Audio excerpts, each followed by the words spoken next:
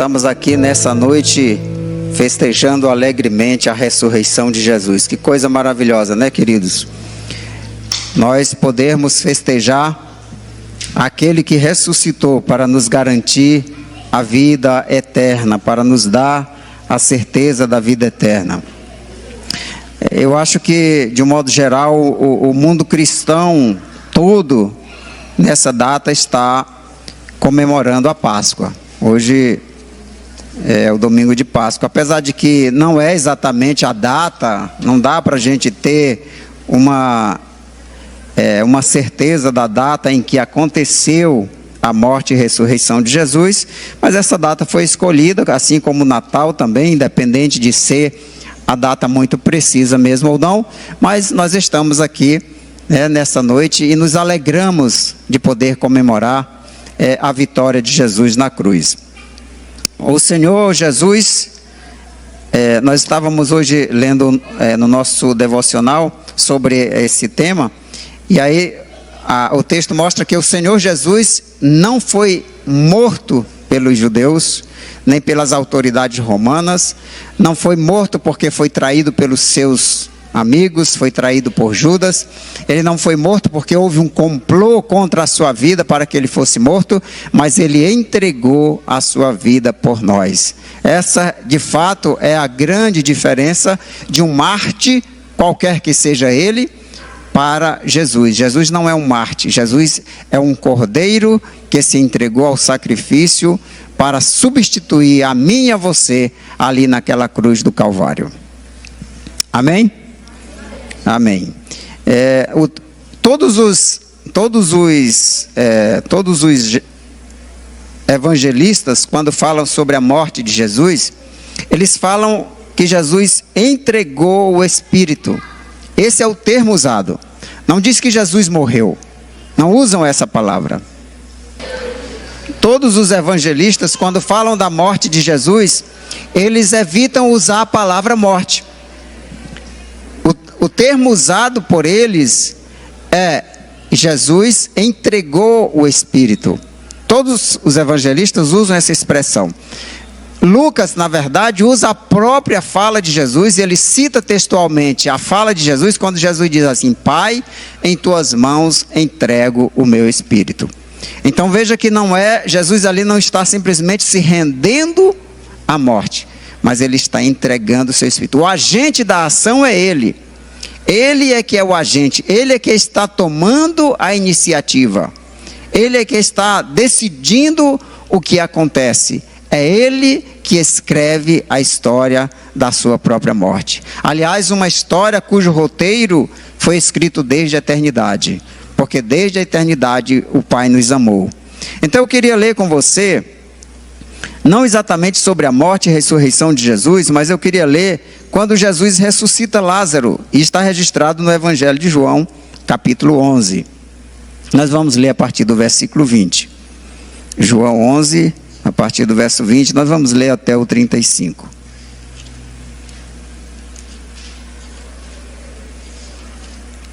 Já está ali na tela, eu vou ler na tela mesmo, porque vai ser mais fácil para mim, que a letra aqui é pequena. Ouvindo, pois, Marta que Jesus vinha, saiu-lhe ao encontro. Maria, porém, ficou assentada em casa. Disse, pois, Marta a Jesus: Senhor, se tu estivesses aqui, meu irmão não teria morrido. Mas também agora sei que tudo quanto pedires a Deus, Deus te concederá. Disse-lhe Jesus: teu irmão há de ressuscitar. Disse-lhe Marta: eu sei, Senhor, eu sei que ele há de ressuscitar na ressurreição do último dia. Disse-lhe Jesus: eu sou a ressurreição e a vida. Quem crê em mim, ainda que esteja morto, viverá. E todo aquele que vive e crê em mim, nunca morrerá. Crês tu nisso? Disse-lhe ela: sim, Senhor, creio que tu és o Cristo, o Filho de Deus que havia de vir ao mundo. E dito isso, partiu e chamou em segredo a Maria, sua irmã, dizendo: o mestre está aqui e chama-te. E ela, ouvindo isso, levantou-se e logo foi ter com ele. Ainda Jesus não havia chegado à aldeia, mas estava no lugar onde Marta o encontrara. Vendo, pois, os judeus que estavam com ela, com Maria, em casa e que a consolavam, que Maria apressadamente se levantara e saíra e seguiram-na dizendo: vai ao sepulcro para chorar ali. Tendo, pois, Maria chegado aonde estava Jesus, vendo-o, lançou-se aos seus pés, dizendo-lhe: Senhor, se tu estivesses aqui, meu irmão não teria morrido.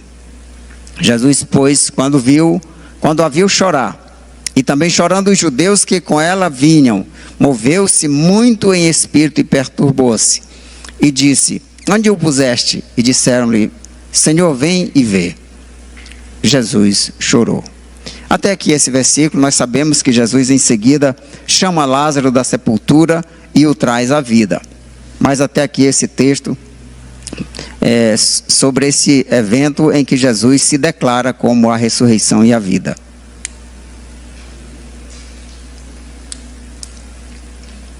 Elas compreendem que Jesus é poderoso, que Jesus era poderoso para fazer o milagre. Mas não somente isso. Às vezes, queridos, nós pensamos que ela não estava compreendendo, não tinha estudado, não tinha entendido o suficiente. Mas quando nós vemos o verso 27, dá para exibir o verso 27 aí? Veja o que ela fala. É o 27? Isso. Vamos exibir o verso 27, que ela diz: tu és o Cristo que havia de vir. Disse-lhe ela: sim, Senhor, eu creio que tu és o Cristo, o Filho de Deus que havia de vir ao mundo. Às vezes a gente ouve e vê essa expressão e não entende o tamanho desse significado, o tamanho da compreensão de Marta ao afirmar isso. Quando Jesus questiona os seus discípulos e pergunta: o que dizem por aí que eu sou? Um diz: dizem que tu és um profeta. Alguém diz que foi Elias que ressuscitou e tal. E aí Jesus diz assim: e vocês, o que dizem? E parece que eles não tinham assim um conceito acerca de Jesus. Mas Pedro vai e diz assim: Senhor, tu és o Cristo, o Filho de Deus. E aí Jesus diz assim: Pedro, não foi a carne nem o sangue que te revelou isso, mas o Pai que está nos céus. Era uma revelação de Deus para o coração de Pedro. E nós vemos agora aqui Marta, aquela que a gente acha que não aprendeu, aquela que a gente acha que não estudou, aos pés de Jesus, como Maria, ela fazendo a mesma revelação. E ela diz: tu és o Cristo, o Filho de Deus. Veja, queridos, as pessoas quando viam Jesus, mesmo aqueles que tinham o entendimento de que ele era o Messias, dizia: tu és o Cristo, o filho de Davi. Porque eles esperavam que o Cristo fosse o descendente de Davi que vinha para assumir o trono de Davi novamente.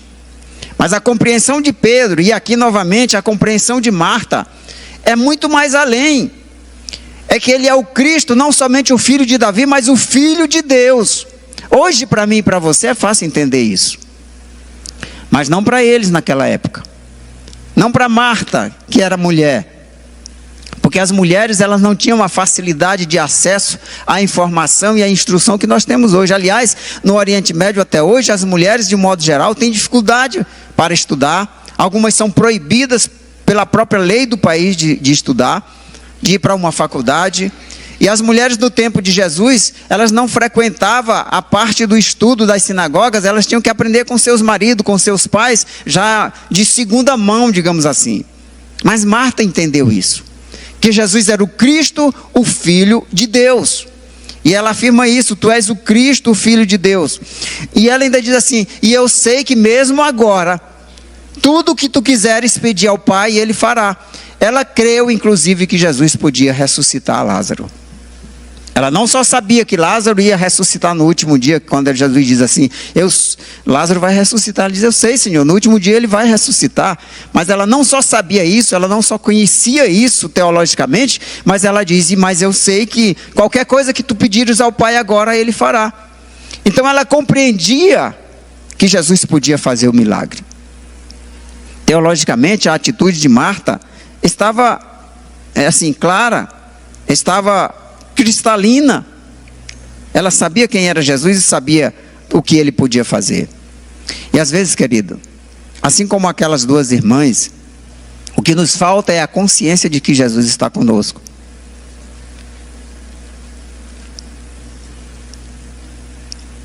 Porque tanto uma como a outra disseram: Senhor, se tu estivesse aqui, tinha sido diferente a história. E talvez eu, olhando para a minha vida, para as minhas lutas, minha dificuldade, você, olhando para as suas lutas, para os seus problemas, o seu problema de saúde, o seu problema psicológico, o seu problema de família, aí você pensa assim: poxa, se Jesus estivesse aqui na terra, Jesus estivesse palmilhando essa terra, como naquela época em que ele esteve aqui, como homem, a história seria diferente. Mas a questão, queridos, é que Jesus ressuscitou e ele está aqui. Ele está conosco. Ou você acha que Jesus é mentiroso? Quem aqui acha que Jesus é mentiroso? Porque ele disse assim: e eis que estou convosco todos os dias até a consumação dos séculos. O problema é que nós não cremos. Nós não exercitamos a nossa fé. E assim como as duas, nós estamos muitas vezes dizendo: Senhor, o meu problema é grande. É um problema que é grande para mim, não seria nem grande para ti, mas se tu estivesses aqui, Senhor. Esse talvez tenha sido o meu e o seu lamento muitas vezes. Senhor, se tu estivesses aqui, talvez o meu problema seria resolvido. Mas ele está aqui. Ele está vivo para sempre. Ele ressuscitou.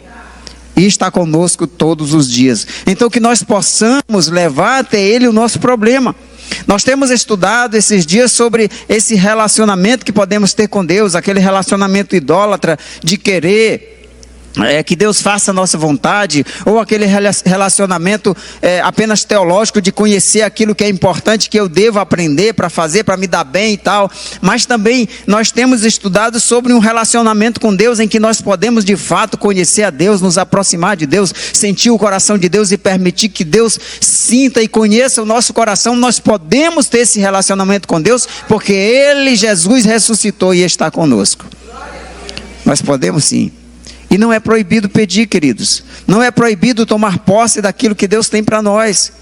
Não. Se nós vivemos apenas para buscar isso, nosso relacionamento está equivocado. Mas se nós temos um relacionamento com Deus, certamente Ele fará aquilo que lhe agrada e aquilo que nós precisamos que Ele faça em nosso favor. Aliás, a Bíblia diz: agrada-te do Senhor e Ele satisfará os desejos do teu coração. Então aquilo que eu desejo, aquilo que eu espero, aquilo que eu penso, aquilo que eu preciso, o Senhor tem interesse de realizar. Agora, meu relacionamento com Ele não pode ser baseado apenas no que Ele pode fazer por mim. Talvez essa seja a grande diferença entre Marta e Maria. Nós vamos continuar falando sobre isso. E aí às vezes, querido, quando nós vemos Marta fazer uma revelação como essa: tu és o Cristo, a gente esquece do que é o Cristo. E nós acostumamos aqui na nossa cultura chamar Jesus Cristo como se Cristo fosse sobrenome de Jesus. Não, Cristo não é o sobrenome de Jesus. O sobrenome de Jesus é Nazareno. Os sobrenomes naquela época ou estavam associados ao pai da pessoa, à família da pessoa, ou estava associado ao seu gentílico, ou seja, à sua região de origem ou de residência. Então nós temos, por exemplo, José de Arimateia, Simão Cirineu, que era de Cirene. Nós temos Maria Madalena, que era de Magdala, e Jesus Nazareno, que era conhecido como Jesus de Nazaré. Esse era o seu sobrenome, não o Cristo. O Cristo é um título. Várias outras pessoas nós vemos, talvez se o pai de Jesus, José, fosse vivo e fosse uma pessoa importante, ou até se já tivesse morrido, mas fosse uma pessoa importante, talvez Jesus se chamasse Jesus / José, porque esse bar significa filho. Barrabás, nós não sabemos o nome de Barrabás, nós sabemos o sobrenome dele. Barnabé, José da Consolação, o nome dele era José, filho de e Barnabé, filho de Nabé, sei lá. Simão bar Jonas, né? Simão, filho de Jonas, né? Bartimeu, o cego Bartimeu, a gente não sabe o nome dele, era o filho de Timeu. Então Jesus, o sobrenome dele não era o Cristo. Ele não era o Bar José, ele era o Nazareno, porque era de Nazaré. Mas quem é o Cristo? O Cristo era o esperado. O Cristo era o Messias prometido. O Cristo era aquele filho de Davi que eles esperavam para assumir o trono de Davi. O Cristo era o Messias, né? O Cristo era o ungido de Deus para uma missão específica de libertar o povo de Deus e devolver a glória de Israel, que eles esperam até hoje. Porque quando Jesus veio como servo sofredor, eles não entenderam as profecias. Pelo menos as autoridades religiosas, os estudiosos religiosos daquela época não entenderam. Mas os discípulos entenderam. Marta entendeu que ele era o Cristo, que ele era o Messias, que ele era o Filho de Deus. Essa era uma revelação nova. O Cristo que havia de vir. Só que, naquele momento especificamente, não o Cristo que vinha para reinar, mas o Cristo que veio para morrer. O Cristo que veio para se oferecer. O Cristo lá de Isaías 53.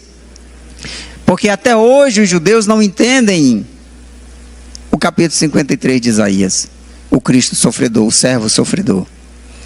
Mas nós, pela graça de Deus, pela misericórdia de Deus, tivemos a compreensão de que Jesus Nazareno é o Cristo, o Filho do Deus vivo, que veio para morrer, mas ressuscitou e está vivo para sempre, para que um dia volte para reinar. Aleluia.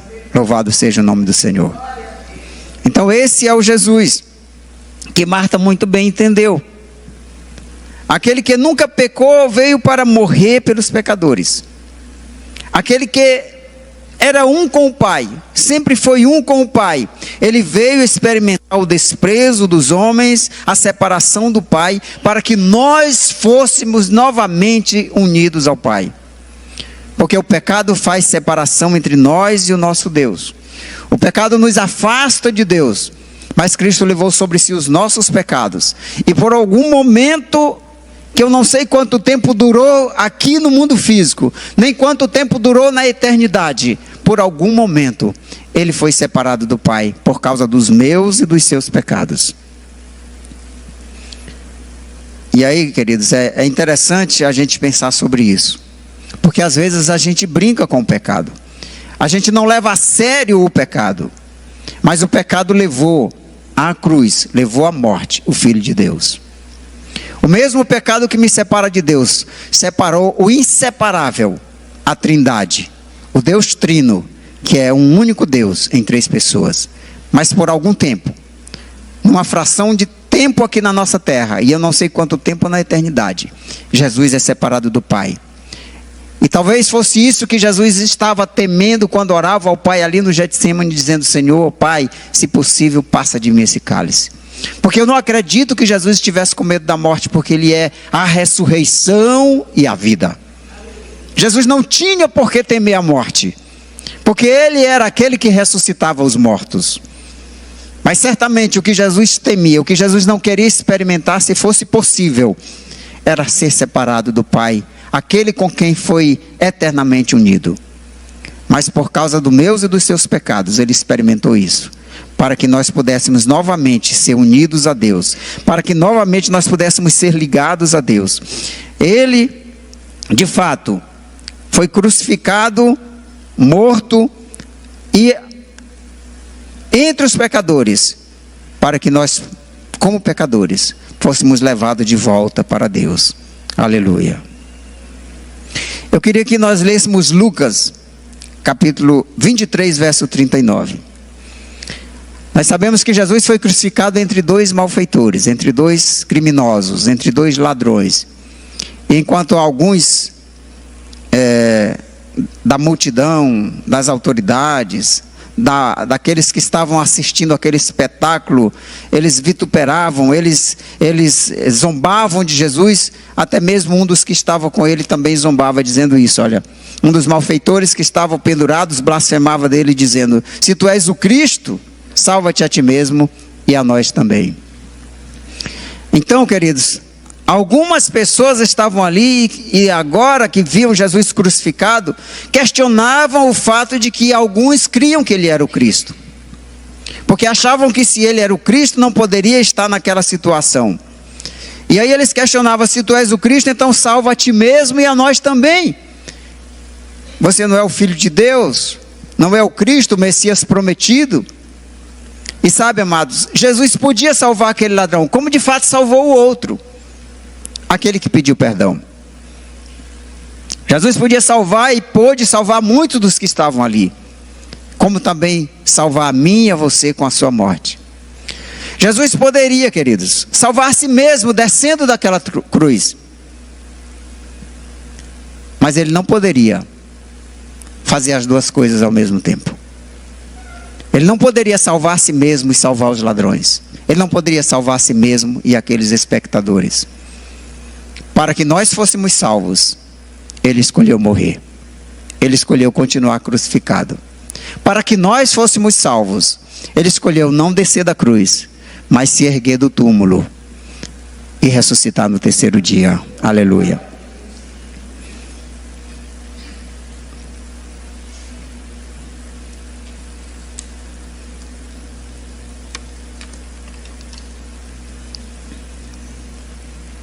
Então Marta sabia quem era Jesus e o que ele podia fazer. E eu me identifico com ela, porque talvez todos nós aqui, nenhum de nós aqui tenha dúvida de quem é Jesus. Nós, biblicamente, estudando a Bíblia, ouvindo falar, nós entendemos quem é Jesus, sabemos do poder dele de fazer milagres. A questão é que esse conhecimento teológico talvez seja só aquilo que nós falamos, vida sobre Deus. Eu conheço sobre Deus, eu entendo sobre Deus, eu conheço o que a Bíblia diz sobre Jesus. É um conhecimento teológico. E sabemos também que Marta se dedicava ao trabalho, de fazer, atender, de cuidar, como talvez muitos de nós. Isso é vida para Deus. Quantos de nós estamos vivendo uma vida para Deus, fazendo algo para Deus? Ativismo religioso, preocupado em produzir alguma coisa. Logo nos nossos núcleos nós vamos ver sobre evangelismo, agir, atuar em favor da obra de Deus, em favor dos perdidos. Isso é trabalhar para Deus, não tem nada de errado com isso. Agora a questão é que Jesus, ele quer de nós algo muito mais profundo do que simplesmente entender e crer teologicamente nele. Entender a Bíblia e crer teologicamente ou historicamente em Jesus. Muito mais do que simplesmente trabalhar no seu reino, fazer alguma coisa dentro da sua igreja, dentro do seu reino. Jesus quer o nosso coração. E essa é a diferença entre Maria e Marta. Entre Marta e Maria. Quando a gente lê o versículo que fala de Marta indo ao encontro de Jesus, diz que ela foi ao encontro de Jesus, lá ainda no caminho, ele não tinha nem chegado na casa ainda, e ela foi ao encontro dele e já foi dizendo: Senhor, se tu estivesse aqui, meu irmão não teria morrido. E aí Jesus disse: Marta, eu sou a ressurreição e a vida, ele vai ressuscitar. E ela: eu creio, Senhor, eu sei que tu pode, sei que se tu pedir o Pai resolve, o Pai faz. Ela sabia. Mas e o que ela faz? Ela dá as costas para Jesus e vai para casa. E aí chega lá e diz: Maria, o mestre chegou, Jesus chegou, está lá no caminho ainda. Vai lá, ele quer falar contigo. E Maria corre para lá. Os que estavam chorando com ela correm junto, correm para Jesus. E sabe o que Maria faz, queridos? Ela diz a mesma coisa, mas ela se joga aos pés de Jesus. Maria não é simplesmente uma teóloga, Maria é uma adoradora. E ela se prostra aos pés de Jesus. Maria é aquela mesma que pegou um vaso de perfume que valia mais ou menos o trabalho de um ano de uma pessoa daquela época, e ela quebrou aquele vaso de perfume e ungiu aos pés de Jesus e enxugou com seus cabelos. Ela é uma adoradora. Ela simplesmente não está com a sua mente em Cristo, simplesmente a palavra de Deus não está na sua mente, mas a palavra de Deus está no seu coração. E o seu coração está em contato com o coração de Jesus. E enquanto Jesus tem uma discussão teológica com Marta, o que acontece quando Maria chega e se prostra aos pés de Jesus e chora a sua dor? Jesus chora com ela. Essa é que é a diferença, queridos. Jesus quer ouvir o nosso coração, não somente as nossas palavras. Jesus quer sentir o pulsar do nosso coração, o pulsar de um coração adorador. Jesus não está em busca de teólogos, Jesus está em busca de adoradores. Aqueles que o adoram verdadeiramente, em espírito e em verdade.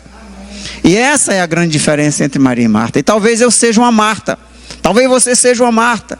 E Jesus está falando comigo e com você hoje: eu quero que você seja uma Maria, eu quero que você seja um adorador. Aquele que conhece o meu coração e aquele que abre o seu coração diante de mim. Ele não quer apenas que conheçamos quem Ele é. mas que possamos conhecer o seu coração. Ele não quer apenas que nós apresentemos diante deles a nossa listinha de problemas. Ele quer que nós gastemos tempo na presença dele, para conhecê-lo, para amá-lo, para entender, para ouvir o seu coração. E aí, ele quer também curar o nosso coração e enxugar todas as nossas lágrimas. Eu sei que um dia na eternidade, ele vai fazer isso de uma vez por todas. Mas eu também sei que ele quer chorar conosco as nossas dores hoje. E ele quer enxugar as minhas e as suas lágrimas agora também. E aí eu queria que você ficasse em pé. E se você tem alguma dor, alguma mágoa, alguma coisa para apresentar diante de Jesus nessa noite, eu queria orar com você.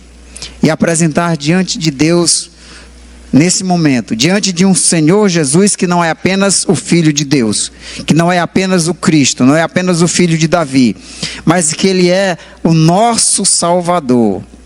Aquele que nos amou tanto desde a eternidade, que se ofereceu no meu e seu lugar. Aquele que é capaz de chorar com a minha dor. E se ele disse que eu e você devemos chorar com os que choram, ele não faria isso de nos ordenar a fazer uma coisa que ele mesmo não esteja disposto a fazer. E aí ele quer ouvir agora o seu coração. Então curve a sua cabeça. Nós vamos orar e vamos apresentar a Cristo a nossa vida, o nosso coração, os nossos lamentos, as nossas lutas, os nossos pecados e colocar diante do Senhor. Porque Ele está aqui para ouvir a nossa voz e o nosso coração. Deus bendito, Pai querido, Senhor Jesus. Eu sei que Tu estás aqui, Senhor. Eu sei que Tu estás aqui neste lugar porque Tu prometeste estar conosco. Graças te damos, Pai bendito, porque Tu deste Teu Filho por nós, mas também o ressuscitaste ao terceiro dia para que Ele estivesse conosco todos os dias até a consumação dos séculos. E agora, Senhor Deus, queremos derramar o nosso coração diante de Ti, Senhor. Pedindo, Senhor Deus, pelas nossas vidas, pelas nossas necessidades, chorando diante de Ti, Senhor Deus, as nossas mágoas, os nossos problemas, nossas dificuldades, os nossos lutos, Senhor. Porque Tu conheces o nosso coração, Senhor Deus, e sabe o tamanho da dor que cada um de nós experimenta, ó Pai. E Tu também conheces, Senhor Deus, as nossas enfermidades físicas, as nossas enfermidades espirituais, os nossos traumas emocionais. E Tu és aquele que nos cura, aquele que se importa conosco. Por isso eu peço agora, Senhor Jesus, ouve nesta hora, Senhor Deus, cada murmúrio, cada gemido, cada coração, Senhor. E traz, Senhor Deus, o alívio, o alento, a cura, Senhor Deus, o bálsamo, porque eu sei que Tu és aquele que se importa com cada um de nós. Paizinho querido, em nome de Jesus eu peço, Senhor, venha operar em cada vida nessa noite. Venha trazer cura, venha trazer paz a cada coração. Graças Te damos, Senhor, pela Tua vitória na cruz. Graças Te damos pela Tua ressurreição. Nós celebramos a Tua morte e ressurreição. Pai bendito, muito obrigado por Jesus, o Teu Filho. Amém e amém.